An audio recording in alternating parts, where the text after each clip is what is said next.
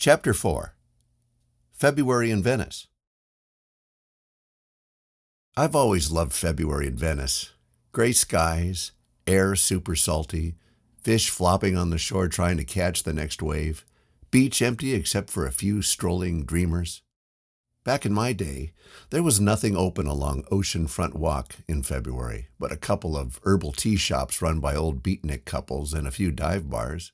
There was a by God McDonald's just down from Washington Boulevard, but it was McDonald's Venice style. It served up its own food, good stuff like chili and cornbread and thick soups, along with the company-sanctioned crap. To get to the beach, we used to stroll down Washington, passing the bird sanctuary, which was surrounded by high fences. Birds of all kinds flocked there during the migration season, mingling with the ducks that people used to sneak over from the canals when the duck cops decided the feathery population needed to be reduced. Still going west, you'd go by Shanahan's Market, where they had the best meats and freshest fish and veggies right off the farm, all at a reasonable price. If you were in a picnicking mode, you could find the makings at Shanahan's, including fresh bread, dynamite cheese, and a wine surprise barrel full of old bottles of disputed but cheap provenance. From there, you'd go over a bridge that crossed the main canal, Grand Canal, which struck south where there were beach cottages on one side and empty Hughes land on the other. There were always wild rumors about the Hughes property. People saw the mysterious billionaire as either a devil or a saint, and their opinion on the subject switched back and forth for no reason I could ever divine. Some days it was believed that Hughes was going to turn that land into a pristine estuary to protect the last vestiges of LA's wild shore life. On others, people were certain that Hughes was going to turn the whole thing into a high-rise, nature-destroying monstrosity. If you cut south from the bridge, following the Grand Canal, you'd eventually hit the spot where the canal locks met La Bologna Creek, which led to the ocean. The canals were fed and cleansed by tidal action, but the city schedule to open and close the gates was erratic, believed by many to be controlled by real estate interests who wanted to drive common people out of their old homes on the canals. Left open too long, the canals would drain, and soon the exposed mud would stink to high heaven. Left closed too long, the water would stagnate, with similar results. Thousands of citizen complaints would eventually get things working properly again, until the next meeting of the Venice Board of Realtors. Just beyond the locks were clam beds, left over from old shellfish factories that were torn down long ago, leaving all those fishy riches behind. You'd find people of every variety and age scrambling over the beds, happily digging up free eats for the table.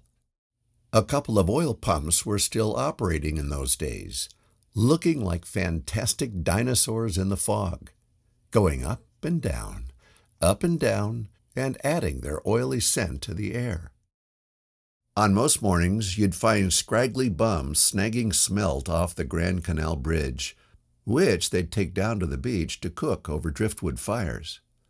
If the butchers at Shanahan's were in a generous mood, there'd be a little salt pork to spice up their breakfast, which they'd invariably wash down with pony jugs of Ripple wine, made famous by the Hoyt Axton song. I don't want no diamond ring, don't want no Cadillac car, all I want's my Ripple wine down in the Lightning Bar. There really was a Lightning Bar, but it was over in the Flophouse section of Santa Monica and was owned by an old stripper known as Betty Rowland, the Ball of Fire. Crossing Pacific Avenue, there was a shabby biker bar on the right, which cooked up one of the 10 best burgers in Los Angeles. Besides the bikers and a few daring burger fiends, you'd find old vets there drinking up their disability checks. One wheelchair-bound old fart had a wooden leg hidden by work pants, and when he wanted to gross people out, he'd stab it with a big old pocket knife and let it stand up there, stuck in his leg. Even a couple of hardened bikers lost their lunch when they saw that trick for the first time. On the left, there was a dynamite little joint run by a Greek cook who'd jumped ship down in San Pedro back in the 50s. The Greek made BLTs and fries that couldn't be matched for miles. He used to come out and listen to people read their stories and poetry aloud. Artists used to drop by and trade sketches for a BLT, and the Greek covered his walls with them. There was usually a guitarist on hand, some better than others, and the marijuana smoke was so thick you could cut it. Yeah, those were some pretty amazing days at the Greek's joint. Washington ended at Oceanfront Walk, famed even in that day for all the colorful people and underground entertainers who gathered there during the warm months to see and be seen. Of course, in February, those people stayed sensibly home, leaving all that gray expanse to fools like us who loved the beach in the winter. Cheap lithography hadn't been invented yet in 1970, thank God, so you wouldn't have found any t-shirt shacks. But there were plenty of little shops selling shells and candles and other tourist trash, which were mostly closed that time of year. Back in the 60s, a lot of carnival factories were still around, left over from the Abbott Kinney days when Venice was the fun capital of the Roaring Twenties world. Rents along Oceanfront Walk were cheap then, so the carnival craftsmen hung on. Some still made the prizes suckers vied for when they pitched hoops or fired BB guns at rigged targets and such. Others produced the games and even the portable booths.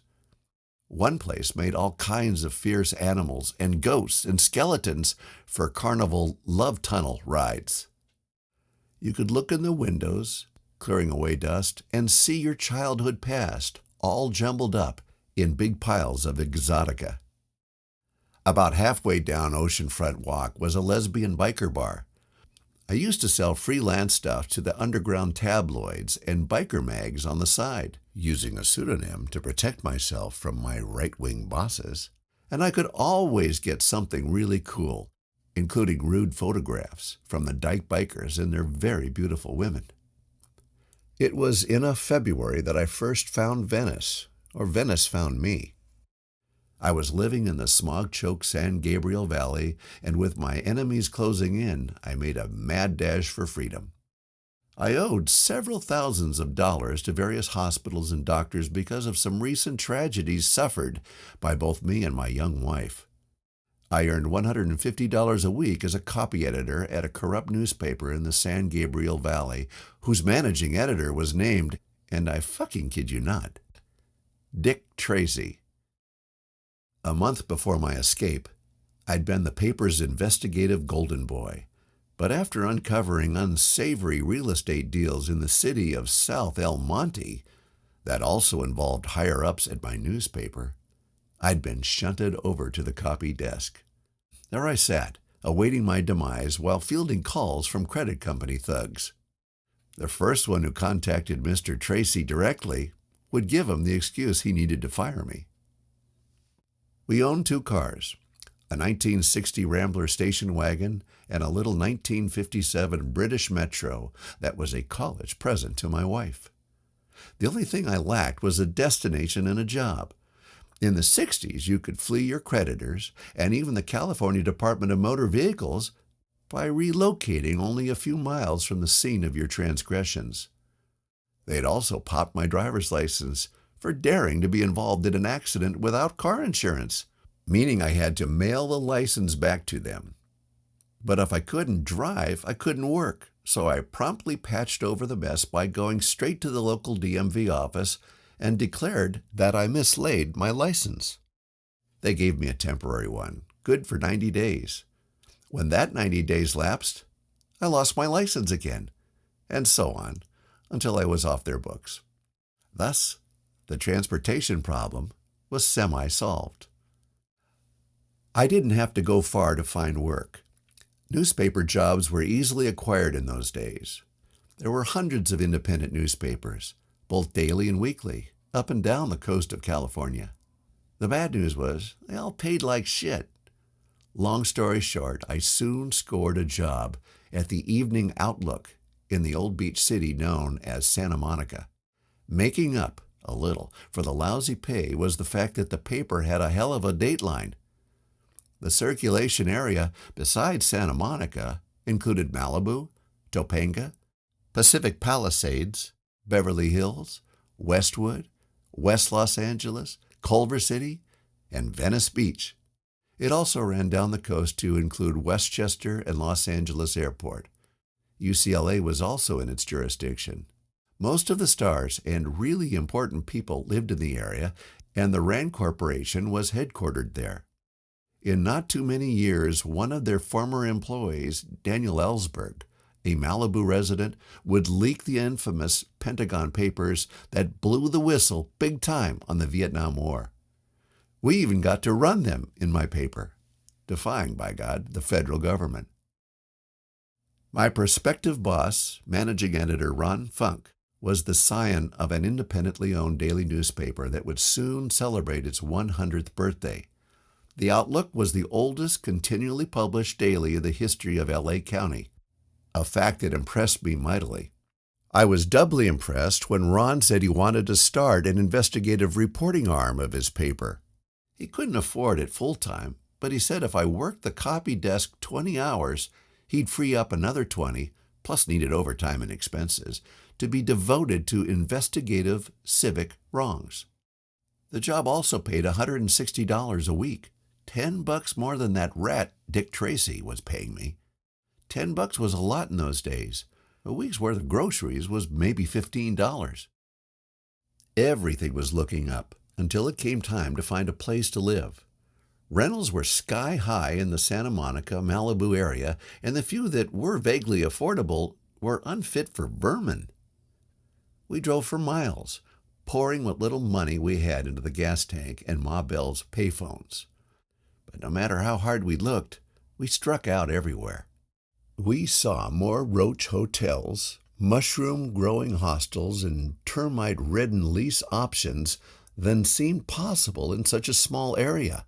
The only advice anyone could give us was that the one place we should avoid at all costs was Venice, California. We were told Venice was dangerous, riddled with crime, drug addicts, and crazies. Banks were redlining it because of the small ghetto of blacks who had lived there for most of the century. There were gangs, both black and Hispanic, as well as several notorious motorcycle gangs, such as the Straight Satans. On the other hand, from the newspaper ads, Venice was also highly affordable. We were getting desperate. I stopped at the Santa Monica Library to see what I could find out about the community. The history of Venice, I soon learned, was fascinating. It was founded by developer-dreamer Abbott Kinney in the early part of the 20th century. Calling his dream the Venice of the Pacific, Kinney constructed a network of canals fed by the sea through a series of complicated locks. Graceful bridges arced over the canals and gondolas plied the waters. The fun spots were a series of amusement parks with all the latest thrill rides and tent games. A huge saltwater swimming pool, said to be the largest in the world, hosted international swimming contests. Kinney, a social visionary as well, went out of his way to hire black people who were fleeing the oppressive South. Besides artisans and laborers, he encouraged black artists and entertainers to flock to Venice, utilizing their skills in his attractions. He subsidized homes for his workers, the very places the elite of L.A. later condemned as a ghetto. Other artists, musicians, and free thinkers were attracted to the area, and it soon became an important cultural center for the avant-garde. Venice also became a favored spot for honeymooners, second only to Niagara Falls, and Kinney built charming bungalows and lovely rooming houses up and down the canals. Wonderful vacation homes were built by the rich, complete with docks for their small but exotic boats that plied the canals. Then oil was discovered on the beach in 1929, and everything went to hell. Derricks were thrown up. Huge pumps labored 24 hours a day. Gas flumes spouted fire and noxious odors. And in no time at all, Venice was abandoned by all but the poor, the old, and the bohemians. The oil was long gone in 1968. the noxious atmosphere cleansed by balmy sea breezes, but the area still had not made a comeback. In short, it seemed like the ideal place for myself, my wife, and my teenage brother, 3 young people with more prospects than money. It also appeared to be an ideal hideout from my creditors. The following weekend, we steeled ourselves and crossed over Santa Monica's southernmost boundary and entered Venice. Everything that followed was pure serendipity. On the car radio, the Beatles were singing, "In Penny Lane there was a barber showing photographs of every head he had the pleasure to know, and all the people that come and go, stop and say hello." We were driving along Main Street, and the sea breezes carried the sweet scent of incense and marijuana. I heard what sounded like many temple bells jangling in the breeze, and saw that chimes and little bells hung from almost every doorway. Young people with long flowing hair, wearing glorious costumes, strolled the street. There were head shops with music blaring through open doors and colorful posters covering the windows. Leather goods and sandals and bells strung on rawhide were draped over old ladders whose rungs were painted in rainbow colors. An LAPD car cruised down the street, the cops staring at the kids mostly ignoring them, although a few ducked into alleys, and fewer still flipped them the bird. We drove for a while, checking out the scene, and everywhere there was music and incense and a small-town kind of friendliness. We stopped and asked people about rentals, and everyone was very open and helpful. My 13-year-old brother was in teen heaven, with all of the girls giving him the eye and chatting him up. The people we were seeing, kids from their early teens to mid-20s, were mostly part of what Time magazine had recently dubbed the hippie generation in a much ballyhooed cover article. The hippie was Time's latest discovery. Not long before, they posed the question on another equally famous cover, or infamous according to your creed, titled, "Is God Dead?" In my experience, Time magazine had always been many months, and sometimes even years, behind what they deemed the latest fad. So when they discovered hippies, it was a phenomenon already thoroughly embedded throughout the culture. I mean, by 1968, John Lennon was already wearing granny glasses. And as far as God being dead, the hipster, cooler than a hippie, joke was, "Bummer, man, I didn't know he was sick." Even so, to give Time magazine a break, it was one of the few times we had seen so many hip kids in one place. We were coming from the San Gabriel Valley, after all, where hitchhikers with long hair were attacked in full view of the police. I mean, in the San Gabriel Valley, hippie bashing was second only to gay bashing as a tavern sport. Elsewhere in LA, there were small enclaves of the rebellious young in places like the Pasadena train depot, recently abandoned and turned into a fabulous warren of head shops, a small area of the canyons in Sierra Madre, Hollywood, of course, one section of Melrose Boulevard, and parts of Hermosa Beach, formerly the surfing capital of the world. From what we were seeing, Venice was a bohemian paradise second only to San Francisco's Haight-Ashbury. We turned onto West Washington Avenue, a street that would later be renamed Abbot Kinney Drive, where we saw scores of shops specializing in antique furniture, used clothing, and just plain junk stores run by Venice old-timers. Hippie kids were streaming in and out, buying all sorts of strange and wondrous things for their cheap little apartments. And everywhere we looked, our eyes were treated by the artwork spread all through the neighborhoods we visited. Not just artful graffiti, but wonderful little paintings and sketches on walls and fence posts, tasteful nudes, flowers, pictures of animals, drawings of boyfriends and girlfriends, and even huge murals that covered the walls of old 2-story buildings, obviously commissioned by the owners. A young hitchhiker we'd picked up on the way, a New York City college refugee, murmured, Beats the shit out of Greenwich Village. All this plus it's on the fucking beach. An even greater revelation was the number of black people going about their ordinary business, shopping, picking up kids, going to the matinee at the Venice Fox Theater, and just generally acting like this was their own neighborhood, which of course it was.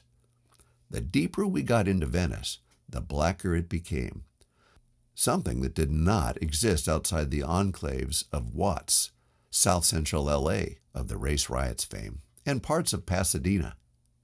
Black people were not welcome anywhere else in LA. We, on the other hand, were young and white. And in February of 1968, many black people rightly assumed white people of our age were firmly on their side, proven to us as we drove through the area by the many friendly peace signs flashed at us by dark-skinned brothers and sisters of our generation. Soon we were getting ready to rent our first Venice apartment. It happened like this. We found the ideal place, the 2-story townhouse I mentioned when I began this tale. We wanted it in the worst way, but the price, oh shit, the price, $135 a month, which was more than we could afford. The lady who showed us the unit said we ought to visit the real estate office and see if we could work out a deal. I almost passed. No way would they come down enough so I could start saving money to eventually pay off my creditors. Charlie urged me to give it a shot. Venice High School is so close I could walk to school, he said. I knew, of course, that he was mainly interested in hooking up with some of those pretty girls he'd met during our rental expedition. But I didn't think that was a bad reason for giving the deal another go. My brother surely deserved a few pretty girls in his life, did he not? So we went to see the rental manager at Sea Breeze Realty. His name was Scott, and he was as gay as Liberace. There were few places in L.A. where a guy could be as openly gay as Scott. Venice, I soon learned, was a heaven for gays and lesbians looking for a normal existence where they weren't being stared at, shunned, or worse, beaten up. Of course, they still had to watch out for the cops. The LAPD and the LA County Sheriff's Department were notorious in the gay community for their brutal tactics. Scott looked over our application, and when he saw that I was a reporter at the Evening Outlook, he positively beamed. "Clark Kent, mild-mannered reporter, are you?" I laughed, adjusting my glasses, which were a little like Clark's. "That's right," I said. "And my brother here is actually Jimmy Olsen, boy photographer. Notice all the freckles? And my wife. I said her name was Carol on the form, but she's actually Lois Lane." There was more kidding, including some mildly risque remarks about Carol's white knit miniskirt, but Scott made his jokes so harmless that she blushed with the compliments. Finally, I got to the point saying, "It's a nice apartment, Scott, but the rent is more than we can afford. On the other hand, we've looked everywhere and haven't found anything that is livable." Meanwhile, I'm running out of time. I start work at the Outlook in a week, and we sure as heck can't afford a motel. I took a deep breath. "Is there any way you can help us?" In any place except Venice, we would have been kicked out of the office. I was prepared for that, but hopeful. To his official realtor credit, Scott snorted a couple of times during my speech. But then he became thoughtful, tapping his pen on the desk. Then he said, "Relax for a minute while I make a call." He dialed, and when somebody answered, he said, "Hello, Wee Willie, Scott the Magnificent here." He laughed at whatever Wee Willie's witty retort was, then said, "You know that situation we were talking about, William? Well, I think I found the perfect person. He's a reporter at the Evening Outlook and just dripping with honesty. So how lucky can we get?" Scott turned his back, lowered his voice to a mumble, and there ensued a fierce back and forth that lasted only a minute or two, but seemed like an hour. Finally, Scott said a cheery farewell and swiveled his chair around to face us. "That was Bill Cohen," he said, "and I think we could put a deal together that will make us both happy." Then he outlined his plan. He said, "Bill and I have put together a little real estate investment company along with a few backers. We buy mostly commercial property, such as the apartments you were looking at. The thing is, we're in the middle of a big expansion and can't handle all the details. We need somebody to manage the units, collect the rent and bank the proceeds, rent the places out when they're vacant, with an overview of increasing the quality of the tenants by and by. Of course, the manager would also need to oversee repairs and improvements and deal with any tenant complaints. My heart jumped. What does it pay? I asked. Scott said, well, only $25 a month to start. There's only 4 units, you know. Even so, that'll reduce your rent from $135 to $110. I frowned. Still too much. Scott saw my frown and hastened to say, but we're in the process of buying the place next to the townhouses. There are 32 units there, all pretty shabby and mostly with deadbeats for renters. But we want to fix the place up unit by unit and get better rents. The place is ideal for college students and young couples starting out. How much would I get then? I pressed. Scott shrugged. Oh, I think you'd probably be living rent-free, plus $100 a month salary on top of that, and a commission for each rental. He gave me a big smile. What do you think of that? I hesitated, then said, how sure are you that you'll buy those units? Scott said, as sure as I am that Paul Newman's eyes are blue. I smiled and said, well, in that case, why don't we put that in the agreement now? That I get rent-free plus $100 a month. Scott almost jumped out of his swivel seat. But we didn't finalize the deal. Okay, I said. Then write something up stating that all those things we were talking about are contingent on the deal. However, if the deal falls through, I want a statement that says my rent is pegged at $95 a month. I offered my hand. Okay? Scott laughed, then shook my hand. Ever think about going into the real estate business? He asked. I said, I think I just did.